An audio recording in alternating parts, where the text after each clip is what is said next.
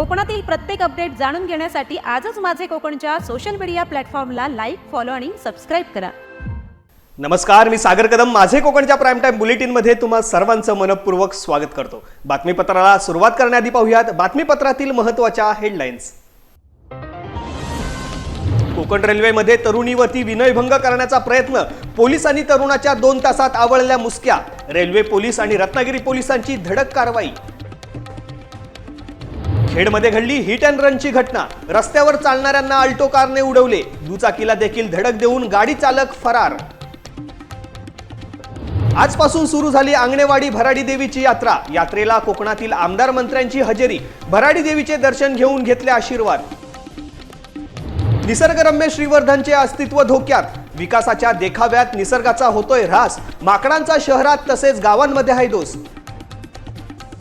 आणि पीओपी मूर्तींवरील बंदी हटवण्याच्या मागणीला जोर. शासनाने न्यायालयातील लढ्याकरता सहकार्य करावे. पेण येथील जाहीर सभेत गणेश मूर्तीकारांची मागणी. आता पाहूया सविस्तर वृत्त. सुरुवातीलाच एक खळबळजनक घटना समोर येते. आज पहाटेच्या सुमारास एक तरुणी कॉलेजचा फॉर्म भरण्याकरता रत्नागिरीतून खेड येथे निघाली होती. रत्नागिरी रेल्वे स्टेशनवरून पहाटे सुटणाऱ्या दादर पॅसेंजर ट्रेनमध्ये ती बसली होती. यावेळी पाठीमागून एका अनोळखी तरुणाने तिची मान आवळली व तिचा विनयभंग करण्याचा प्रयत्न केला. त्यानंतर तेथून त्याने धूम ठोकली. नंतर त्या तरुणीने स्वतःला सावरत त्याला पकडण्याचा प्रयत्न केला. मात्र त्याने ट्रेनच्या दरवाजातून खाली उडी मारली व दगडफेक करू लागला. अंधाराचा फायदा घेऊन तो तरुण तिथून पळून गेला. या घडलेल्या प्रकारामुळे घाबरलेल्या तरुणीने रत्नागिरी रेल्वे पोलिसांकडे धाव घेतली व घडलेला सर्व प्रकार तिने रेल्वे पोलिसांना सांगितला. यावेळी ड्युटीवरती असलेल्या रेल्वे पोलीस कर्मचाऱ्याने सर्व घटना पोलीस अधिकारी सतीश विधाते यांच्या कानावर घातली. विधाते यांच्या मार्गदर्शनाखाली लगेच रेल्वे पोलिसांनी सूत्र हलवले आणि त्या तरुणाचा माग काढण्यास सुरुवात केली. आणि 2 तासांच्या आत त्या संशयित तरुणाला रेल्वे पोलीस आणि चिपळूण पोलिसांच्या संयुक्त टीमने चिपळूण येथून ताब्यात घेतले. त्यानंतर या तरुणाला रत्नागिरी शहर पोलिसांच्या ताब्यात देण्यात आले. पुढील तपास पोलीस करत आहेत. दरम्यान रत्नागिरीसारख्या गजबजलेल्या रेल्वे स्थानकात हा धक्कादायक प्रकार घडल्याने हे अत्यंत चिंताजनक असल्याचं बोललं जात आहे. तसेच रत्नागिरीतील महिलांच्या सुरक्षेचा प्रश्न परत एकदा ऐरणीवरती आला आहे. सकाळी 5:30च्या सुमारास रत्नागिरी रेल्वे स्टेशनवर एक मुलगी ही डब्यात एकटी बसली होती आणि ती एकटी आहे याचा फायदा घेऊन एका समाजकंटकाने, एका गुन्हेगाराने तिला घट्ट पकडून तिचा कीस घेण्याचा प्रयत्न केलेला आहे. त्या अनुषंगाने आम्ही तात्काळ ह्या घटनेची इन्फॉर्मेशन श्रीयुत विधाते RPF PI आहेत, त्यांनी पटकन त्यांची पूर्ण RPFची टीम कार्यान्वित केली आणि त्या गाडी सुटल्यानंतर त्या मुलाचा चेस केलं त्यांनी आणि त्यांनी चिपळूणमध्ये त्या मुलाला ताब्यात घेतलेला आहे. चिपळूण पोलीस स्टेशनचे अधिकारी व अंमलदार हे RPFला मदत करण्यासाठी आम्ही पाठवले. RPF व चिपळूणचे पोलीस असे त्या आरोपीला आता रत्नागिरी सिटी पोलीस स्टेशनमध्ये घेऊन आलेले आहेत. आता त्याची सविस्तर चौकशी करून फिर्यादी व आरोपी या दोघांचे संबंध कोणते आहेत, कोणा कशासाठी आले आहेत याबाबत तपास चालू आहे आणि त्यानंतर पुढील कारवाई करत आहोत. खेडमधील भरणे येथील साई रिसॉर्ट समोर चालत असलेले पादचारी व ब्रिज खाली एक ॲक्टिवाला टक्कर देऊन अल्टो गाडी फरार झाल्याची घटना घडली आहे. एसटी साठी काळकाई बस स्टॉप जवळ जात असलेले पुरे बुद्रुक गावचे रहिवासी यांना आज सायंकाळी 4 वाजता एका अज्ञात अल्टो चालकाने धडक देऊन पळून गेलेला आहे. बबन लक्ष्मण मुकणे वय वर्ष 35 राहणार पुरे बुद्रुक यांना एका अज्ञात अल्टो कारने धडक दिली. खेड भरणे नाका ब्रिज खाली उभी असणारी श्री जगद्गुरु नरेंद्राचार्य महाराज संस्थान नानिश धाम 24 तास मोफत रुग्णवाहिकेच्या मदतीने जखमींना प्रथम उपचारासाठी उपजिल्हा रुग्णालय कळबणी येथे दाखल करण्यात आलं आहे. नवी मुंबईतील नेरूळ सरसोळे डेपो समोर एका 33 वर्षीय महिलेवरती तिच्याच नवऱ्याने वार केल्याची घटना घडली आहे. धारदार हत्याराने महिलेच्या हातावर, पोटात आणि पायावरती वार करून हत्या करण्याचा प्रयत्न नवऱ्याने केलाय. सदर हल्ल्यात महिला गंभीर जखमी झाली असून महिलेवर नेरूळमधील DY पाटील मध्ये उपचार सुरू आहेत. रात्री 12:15च्या सुमारास ही घटना घडली असून घरगुती वादातून हत्या करण्याचा प्रयत्न केल्याचा प्रथमदर्शनी समोर आला आहे. नशेच्या भरात हल्ला केल्याची प्राथमिक माहिती समोर आली असून नेरूळ पोलीस आणि गुन्हे शाखा सदर घटनेचा समांतर तपास करत आहेत. निसर्गाचा वरदहस्त लाभलेल्या श्रीवर्धन तालुक्याला कॉन्क्रीटने विकसित बनवण्याच्या अट्टहासापायी निसर्गरम्य साधन संपत्तीचा ऱ्हास होत असल्याचे दिसून येत आहे. शहरातील जीवना बंदर व दांडा येथील जेटी बंदर तसेच अन्य विकास कामांसाठी काळ्या दगडाला मोठ्या प्रमाणात मागणी आहे. याकरिता अनेक ठिकाणी बेजबाबदारपणे डोंगरांवर बेकायदेशीर 50 ते 60 फूट खोर बोरवेलच्या सहाय्याने स्फोट करून दगडखाणी उत्खनन चालू आहे. याचबरोबर माती व मुरुम तसेच मायनिंग उत्खननामुळे हिरवेगार डोंगरांचे अस्तित्व नष्ट होत आहे. वन्यजीवांवर प्राणसंकट तसेच परिसरात प्रदूषण व ध्वनी प्रदूषण प्रचंड प्रमाणात वाढले आहे. विकासाच्या या स्पर्धेमध्ये सर्वांनाच पर्यावरण रक्षणाचा विसर पडलाय. श्रीवर्धनला निसर्गाचे वरदान लाभलेल्या परिसरात बाग मांडले खाडी ते दिघी खाडीपर्यंत शेकडो जातीच्या झाडे झुडपांनी नटलेल्या डोंगर रांगा पसरलेल्या असून आता हे डोंगर विकासाच्या हय्यासापोटी नाहीसे होताना दिसत आहेत. ज्या गाव हद्दीत डोंगर पोखरले जात आहेत त्या गावकऱ्यांनी याला विरोध दर्शवला पाहिजे. अन्यथा पुढे खराब हवामान, डोंगरातील पाणी नष्ट होणे, भूकंप, पावसाळ्यात चक्रीवादळ, तौक्ते वादळ यांसारख्या नैसर्गिक आपत्तीला सामोरे जावे लागेल व याला जबाबदार तेथील नागरिकच असणार आहेत. निसर्गाचा मोठा ठेवा लाभलेल्या श्रीवर्धनमधील शहर पर्यटनाच्या दृष्टीने हिरवेगार डोंगर फोडून समुद्रात टाकले जात आहेत. तसेच बाहेरील धनदांडग्यांकडून खाजगी जमिनी विकसित करण्यासाठी डोंगर सपाट करणे व भराव करण्यासाठी माती उत्खनन करणे अशा अनेक विकासाच्या नावाखाली दिवसेंदिवस पर्यावरणाचा ऱ्हास होत आहे. पेंडपाली विभागातील गावांमध्ये उच्च विद्युत वाहिन्यांचे टॉवर उभारण्याचे काम सुरू असून या विद्युत लाईनमुळे शेतकऱ्यांच्या जमिनीचे मोठ्या प्रमाणात नुकसान होणार आहे. या भागातील शेतकऱ्यांनी लढा सुरू केला असून या संदर्भात आज प्रांत अधिकारी प्रवीण पवार यांच्या अध्यक्षतेखाली शेतकऱ्यांच्या बरोबर अधिकारी वर्गाची बैठक आयोजित करण्यात आली होती. या बैठकीस भाजप जिल्हा उपाध्यक्ष वैकुंठ पाटील, शिवसेना शिंदे गटाचे युवा सेना जिल्हा प्रमुख संजय म्हात्रे, महापारेषणचे अधिकारी, JSW कंपनीचे अधिकारी व बाधित शेतकरी वर्ग मोठ्या संख्येने उपस्थित होते.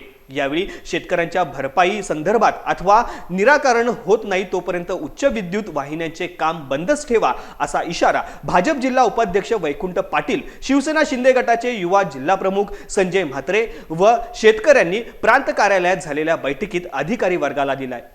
कोलेटी पासून महापारेषण विभागाने या ठिकाणी विद्युत वाहिनी टाकायचं काम चालू केलेलं आहे. ते काम चालू होत असताना त्याला बाधित असणाऱ्या शेतकऱ्यांना कुठल्याही प्रकारच्या नोटिसा दिलेल्या नाहीये किंवा भूसंपादन केलेलं नाहीये व जे काय क्षेत्र टॉवर मध्ये आहे किंवा टॉवरच्या समोर ज्या काय वायर पास होणार त्या वायर मध्ये जे काय बाधित क्षेत्र आहे त्या बाधित क्षेत्रातील शेतकऱ्यांना जोपर्यंत नोटिसा मिळत नाही तोपर्यंत हे काम बंद राहील.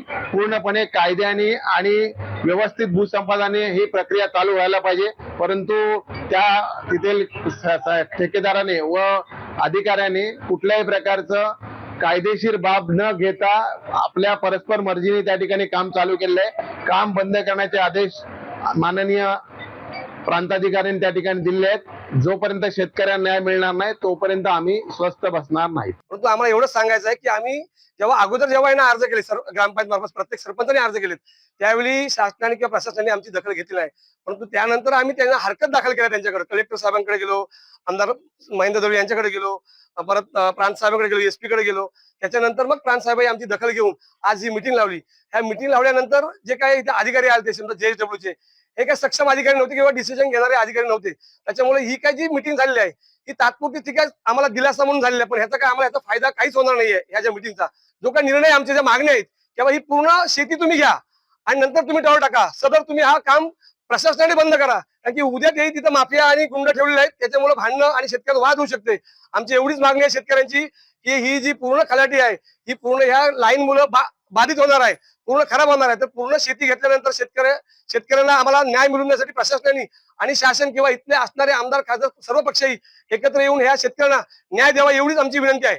न्यायालयाने पीओपी मूर्तींवरती बंदी घातली आहे। या बंदीमुळे या व्यवसायाशी निगडीत 1 ते 1.25 कोटी कुटुंबियांवरती उपासमारीची वेळ येणार असल्याचे मूर्तिकारांमधून नाराजीचा सूर उमटत आहे। सरकारने गणेश मूर्तिकारांच्या बाजूने उभे राहून न्यायालयात भूमिका मांडावी, अन्यथा रस्त्यावरची व न्यायालयीन लढ्यासाठी आम्ही तयार आहोत, असा इशारा महाराष्ट्र गणेश मूर्तिकार संघटनेचे प्रदेशाध्यक्ष अभय म्हात्रे यांनी पेण येथे आयोजित गणेश मूर्तिकारांच्या जाहीर सभेत बोलताना दिलाय। यावेळी अनिकेत तटकरे हे देखील उपस्थित होते।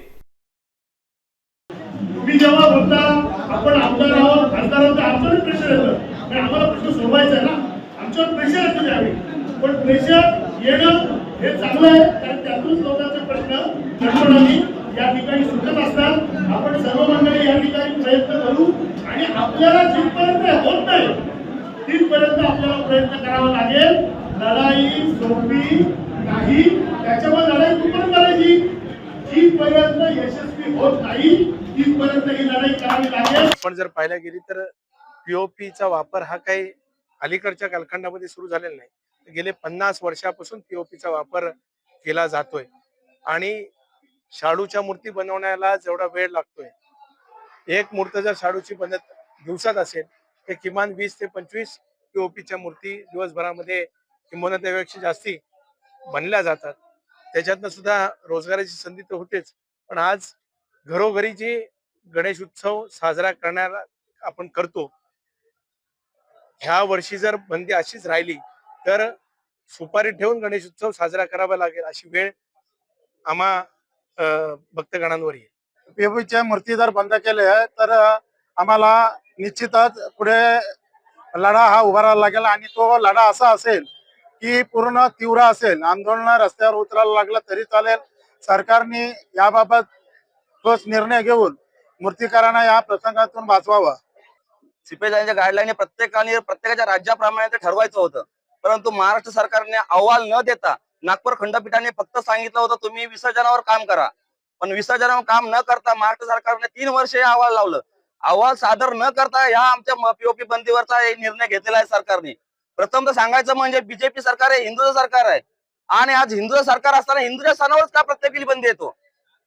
हे हिंदूच्या सण यांना नष्ट करायचे आहेत का? 90% गणपती उत्सव हा महाराष्ट्रामध्ये होतो, 10% फक्त इतर राज्यामध्ये होते। आज महाराष्ट्रामध्ये पीओपी बंद, त्या उलट गुजरातमध्ये, हैदराबादमध्ये, राजस्थानमध्ये पीओपी मोठ्या प्रमाणात चालू आहे, तिथे प्रोडक्शन पण चालू आहे। सरकारने जर या गोष्टीवर लवकरात लवकर नाही निर्णय घेतला तर संघटना या आंदोलन करण्यासाठी आझाद मैदानावर उतरेल। आणि अशी आम्हाला अपेक्षा आहे का आमच्या आमदार खासदार जे हिंदुत्ववादी आहेत त्यांनी लवकरात लवकर गणपती कारखानदारांचा विचार करावा, नाहीतर या गोष्टीचा रोष पूर्णपणे बीजेपी सरकारवर येणार। मुळात पीओपी हे पर्यावरण पूरक असून सरकार त्याच्यावर का विचार करत नाही हा मोठा गहन प्रश्न आहे। आज 130 वर्षाची जुनी ही आमची परंपरा गणेश उत्सवाची कुठेतरी आज आम्ही आमच्या डोळ्यांनी समताना कुठेतरी त्या उंबरठ्यावर उभी असं आम्हाला वाटतं। आज संपूर्ण महाराष्ट्रातला हा जो काय मूर्तिकार आहे आज हवालदिन झालाय। आज करोडो लोकांचे व्यवसाय या मूर्तिकारांचे या गणेश उत्सवाचा वर अवलंबून आहेत आणि मला असं वाटतं आज महाराष्ट्रातला संपूर्ण मूर्तिकार इथे एकवटलाय आणि त्यांनी जो काही रोष एक सरकार विरुद्ध आहे की सरकारने लवकरात लवकर या गोष्टीचं गांभीर्य याची दखल लवकरात लवकर घ्यावी, अन्यथा आम्ही आझाद मैदानावर लवकरात लवकर एक मोर्चा काढू अशी भूमिका आज एकत्रपणे इथे मांडण्यात आली आहे। सिंधुदुर्ग जिल्ह्याचे पालकमंत्री नितेश राणे हे अंगणेवाडीच्या भराडी देवीच्या यात्रेसाठी गेले होते। त्यांनी भराडी देवीचे मनोभावे दर्शन घेऊन आशीर्वाद घेतलेत। यावेळी त्यांनी प्रसार माध्यमांशी संवाद साधलाय, पाहूयात। आम्ही लहानपणापासूनच दरवर्षी आमच्या इथे येतो। आमच्या कोकणामध्ये या जत्रेंचं एक आगळं वेगळं महत्त्व आहे आणि या जत्रेंमुळे एकंदरीत गाव एकत्र येतो। त्याच्यामुळे मुंबईचे आमचे सगळे नातेवाईक आमच्या गावाकडे येतात आणि एक वेगळं भक्तिमय वातावरण त्या गावामध्ये पाहायला मिळतं। अंगणेवाडीची जत्रा ही एक वेगळी आणि एक वेगळं महत्त्व असलेली आमची ही जत्रा आहे। वर्षानुवर्ष इथे भाविक मुंबईकडून महाराष्ट्राच्या कानाकोपऱ्यातून इथे भराडी देवीचं दर्शन घेण्यासाठी येतात आणि आम्हीही सालाबादप्रमाणे न चुकता आईचं दर्शन घेण्यासाठी इथे आलेलो आहे आणि नतमस्तक झालेलो आहे। यावेळी त्यांनी राजकीय विरोधकांवरती देखील निशाणा साधलाय, पाहूयात। आईने जेव्हा जेव्हा काय मागितलेलं आहे भरघोस दिलेला आहे, भरभरून दिलेला आहे आणि 2024 वर्ष हा भराडी देवीने आम्हा राणे कुटुंबीय असो, आमचा भारतीय जनता पक्ष असो, आम्हाला सगळ्यांना भरभरून दिलेला आहे. आज आमच्या हिंदू धर्माचं रक्षण करणारे सगळेचे सगळे सत्तेमध्ये आहेत आणि तोच आईचा खरा आशीर्वाद आम्हाला मिळालेला आहे. आमच्या धर्माकडे वाकड्या नजरेने बघणाऱ्या सगळ्या लोकांना आईने घरी बसवलं आहे आणि म्हणून आईचा आभार मानण्यासाठी आज ह्या वर्षी मी आलेलो आहे. छत्रपती संभाजीराजे यांचे संगमेश्वर येथील स्मारकाबाबत देखील मंत्री नितेश राणे यांनी माध्यमांना माहिती दिली आहे. पाहूयात. संगमेश्वरच्या ज्या कसबामध्ये संभाजी महाराजांचं पकडलं महाराज, त्या ठिकाणचं स्मारक गेल्या 40 वर्षापासून रखडलेलं आहे. ते स्मारक पूर्ण होण्याच्या दृष्टीने काय प्रयत्न आपण त्या दृष्टिकोनातून आदरणीय देवेंद्र फडणवीसजींनी तिकडे आम्ही ही सगळी माहिती पोहोचवलेली आहे. आमचे माजी आमदार प्रमोद जठारजी ह्या बाबतीमध्ये सातत्याने प्रयत्न करत आहेत. आमचा प्रयत्न आहे की ह्या वर्षी तो पूर्ण जागेचं जे महत्त्व आहे त्याचं परत त्या सगळ्या गोष्टी राज्य सरकार म्हणून आम्ही जेवढं जास्त त्या जागेसाठी करू शकतो ते आमच्यासाठी फार भावनिक जागा आहे आणि म्हणून त्या दृष्टिकोनातून सरकार म्हणून आम्ही आमची कारवाई किंवा त्या बाबतीमध्ये हालचाली सुरू करणार आहेत. फक्त शब्दापलीकडे तुम्हाला कृतीतून दिसेल. उद्योग मंत्री उदय सामंत यांनी आंगणेवाडीच्या भराडी देवीचे दर्शन घेतले. तसेच आंगणेवाडी कुटुंबियांनी विकासात्मक ज्या मागण्या केल्या आहेत त्याचा शासनाकडे पाठपुरावा करण्यात येईल असे आश्वासन देखील मंत्री उदय सामंत यांनी दिले आहे. आंगणेवाडीचं जत्रेच्या निमित्तानं भराडी मातेला नतमस्तक होण्यासाठी गेले प्रत्येक वर्ष मी या ठिकाणी येतो. आज विलक्षण योगायोग आहे की निलेशजी आमदार झाल्यानंतर त्यांच्यासमवेत मी या ठिकाणी आलेलो आहे आणि दर्शन तर घेतलंय की भविष्यामध्ये कोणावरच संकट येऊ नये ही प्रार्थना देखील आम्ही देवीच्या चरणी केलेली आहे. आणि अंगणे कुटुंबियाने ज्या काही विकासात्मक मागण्या केल्या ज्या निलेशजी शासनाकडे पाठपुरावा करणार आहे त्यांचं सहकार्य म्हणून मी असेल, नितेशजी असतील, त्यांना अभिप्रेत असलेला विकास या परिसरात. माजी आमदार वैभव नाईक यांनी देखील भराडी देवीचे दर्शन घेतले. दर्शनानंतर त्यांनी प्रसारमाध्यमांशी संवाद साधलाय. पाहूयात. वर्षीप्रमाणे आई भराडी देवीचं दर्शन घेतलं. या ठिकाणी महाराष्ट्राला पुन्हा एकदा सुख समृद्धी देव अशी आई भराडीकडे प्रार्थना केली. त्याचबरोबर शिवसेनेचा सुद्धा उद्धव बाळासाहेब ठाकरे यांच्या मार्गदर्शनाखाली शिवसेना सुद्धा पुन्हा एकदा उंच भरारी घेऊन दे अशी आई भराडीकडे प्रार्थना केली. त्याचबरोबर आज महाराष्ट्रातल्या वेगवेगळ्या भागातनं, मुंबईतल्या वेगवेगळ्या भागातून आलेल्या सर्व भराडी भागाच्या भाविकांचं मनापासून या ठिकाणी स्वागत करतो आणि लाखो भाविक या ठिकाणी भराडी देवीला येतात, आपल्या इच्छा पुऱ्या करतात. त्या सगळ्या इच्छा पूर्ण अशी आई भराडीकडे प्रार्थना करतो. आपल्या सर्वांना चांगलं आरोग्य आयुष्य दे अशी प्रार्थना या ठिकाणी करतो. यावेळी त्यांनी राजकीय विरोधकांवरती देखील निशाणा साधलाय. पाहूयात काय म्हणालेत. खरं तर जे स्वार्थ होता त्या स्वार्थासाठी काही लोक शिवसेना सोडतायत, परंतु याआधी सुद्धा सामान्यतः माणसांनी, कोकणातल्या माणसांनी शिवसेना वाढवली होती आणि त्या सामान्य माणसांना घेऊन पुन्हा एकदा आम्ही शिवसेना वाढवू. मजबूत जोड आहे नाही, आता आपण बघत असाल की ज्या पद्धतीने भाजप आणि शिंदे सेनेमध्ये ज्या पद्धतीने एकमेकात कुराडखोडी चालू आहे आणि त्यामुळे निश्चितपणे काही दिवसासाठीच फक्त आज शिंदेचा वापर भाजप करून घेत आहे आणि त्यामुळे येणाऱ्या काळामध्ये ही शिंदेची जागा निश्चितपणे भाजप दाखवेल.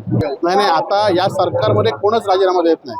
आज धनंजय मुंडे असून देत, कृषी मंत्री असून देत, आता सुनील केदारांचा अध्यक्षाने ताबडतोब या ठिकाणी आमदारकी रद्द केली होती, परंतु अशी रद्द करत या ठिकाणी केली जाते.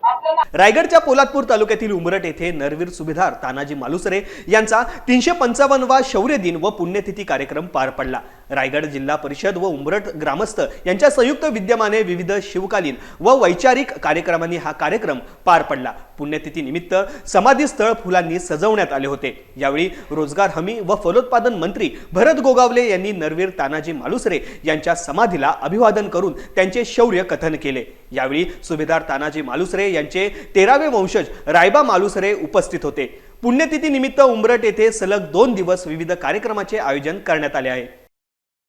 तर या उंबरट या ठिकाणी जे यांचं स्मारक उभारण्यात आलेलं आहे आणि त्या स्मारकाच्या इथे दरवर्षी रायगड जिल्हा परिषद, पंचायत समिती, उंबरट ग्रामपंचायत आणि चॅरिटेबल ट्रस्ट अशा या माध्यमातून हा कार्यक्रम इथं केला जातो. शाळेची मुलं येतात, शिवभक्त येतात आणि या मान्यवर मंडळी येऊन हा कार्यक्रम आम्ही पार पाडतो आणि तो गेल्या अनेक वर्ष त्या ग्रामस्थांच्या प्रेरणेने हा कार्यक्रम होतो. आत्तापर्यंत दिलेला 5 कोटीचा निधी त्याचं काम चालू आहे. आपण बघताय संरक्षण भिंत, त्यानंतर इथे एक मंदिर देवीचं आहे ते, त्यानंतर इथं चांगले ऐतिहासिक कमान 2 कमाने आहेत आणि ह्याला सगळं हे ग्राउंड हे सगळं आपण पाहताय. ह्याला पुढं भविष्यात आम्ही लॉन करायचं का ते पण बघूया. आणि त्यासाठी मागच्या वेळेला असणारे आपले मुख्यमंत्री एकनाथ शिंदेसाहेब यांनी आम्हाला व्हिडिओ कॉलद्वारे तिथं सांगितलं आणि 10 कोटीचा निधी देण्याचं कबूल केलं आहे. ते आम्ही त्यांच्याकडनं घेतलं. सुभेदार नरहरी तानाजी मालुसरे यांचे 355वे शौर्य दिन व पुण्यतिथी सोहळा आज इथं संपन्न झाला.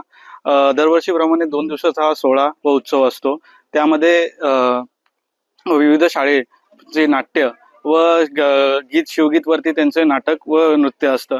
तसंच वैभव घरात शाहीर यांच्या माध्यमातून पवाड्याचा इतिहास हा सांगता केला. त्यामध्ये छत्रपती शिवजन्मोत्सव, शंभूराजांची शिवगाथा आणि त्यासोबतच नरहरी तानाजी मालुसरेंची शौर्यगाथा याचा इतिहास सांगता करण्यात आला उमरठ ग्रामस्थांना. मालुसरे घराण्यात जन्म घेणं हे भाग्यच, पण ते जपणं हे कर्तृत्व. छत्रपती शिवरायांचा, सुभेदार नरहरी तानाजी मालुसरेंचा इतिहास जास्तीत जास्त युवा लोकांना परप्रांतात, परदेशात, परराज्यात कसा पोहोचवता येईल हा आम्ही प्रामाणिक प्रयत्न नेहमी करत असतो. आणि हा प्रयत्न करत असताना उमरठच्या मातीमधनं जी आम्हाला ऊर्जा मिळते ती आम्ही नेहमी या कार्यक्रमामध्ये उपस्थित राहतो. यासाठी रत्नागिरी व सिंधुदुर्ग जिल्ह्यामधून आलेले दिव्यांग मित्रमैत्रिणींनी मालगुंड समुद्र किनाऱ्यावरती पॅरामोटर राईडचा व काजरभाटी येथे स्कुबा डायव्हिंगचा आनंद लुटलाय व याकरिता रत्नागिरी हँडिकॅप पॅराप्लेजिक फाउंडेशनने सहकार्य केले. रत्नागिरी हँडिकॅप पॅराप्लेजिक फाउंडेशनचे अध्यक्ष आणि संस्थापक सादिक नाकाडे हे स्वतः पॅराप्लेजिक म्हणजेच कमरेपासून खाली शरीराला संवेदना नाहीयेत. त्यांचा दिव्यांग व्यक्तींनी कोणत्याही बाबतीत मागे राहू नये यासाठी आग्रह असतो. याची सुरुवात ते स्वतःपासून करतात. मग मॅरेथॉन असो किंवा गडकिल्ले चढायचे असो किंवा कोणत्याही प्रकारचे स्पोर्ट्स असो, यासाठी ते स्वतः प्रयत्न करत असतात. यातून ते दिव्यांगांना कोणतेही काम अवघड नसते याची प्रेरणा देतात. त्यांना पर्यटनात असलेल्या पॅरामोटर रायडिंग हा अशक्य असलेला स्पोर्ट्सचा आनंद घ्यावा असे वाटले. त्याचे ओळखीचे दिव्यांग मित्र विजय राजपूत, प्रीतम राजपूत, सचिन पिंपरे हे रत्नागिरीत फिरायला आले. त्यावेळी माळगुंड समुद्र किनाऱ्यावरती पॅरामोटर राईडवरून समुद्राची सफर करण्याची कल्पना दिली व स्वतः आपल्या पत्नीसोबत ते करून त्यांनाही त्याचा आनंद मिळवून दिला. 1000 फूट उंच 7 मिनिटांची 1 जणाची राईड होती. तसेच स्कुबा डायव्हिंगचा हा प्रकार दिव्यांगांसाठी अशक्य असतो. तोही कौशल्य स्कुबा डायव्हिंग काजरभाटी येथे दिव्यांगांनी पूर्ण केला. स्कुबा डायव्हिंग करताना दिव्यांगांनी खूप थ्रिल आणि एक वेगळाच अविस्मरणीय अनुभव मिळाल्याचा आनंद दिव्यांगांच्या चेहऱ्यावरती दिसत होता. यामध्ये हेमंत मोरे व त्यांचा स्टाफ व RHPचे सदस्य समीर नाकाडे यांचे सहकार्य लागले.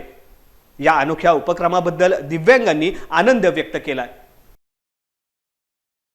21 फेब्रुवारी रोजी साथी सामाजिक विकास संस्था खेड आणि जनशिक्षण संस्थान रत्नागिरी यांच्या संयुक्त विद्यमाने मातृभाषा दिन साजरा करण्यात आला. यावेळी खेड तालुक्यातून विविध गाव सहभागी झाले होते. महिलांनी या दिवशी मराठमोळा पोशाख परिधान करून विविध सांस्कृतिक कार्यक्रम साजरे केले. यावेळी मराठमोळी गाणी गाण्यात आली. त्याचप्रमाणे महिलांनी भाषण केले.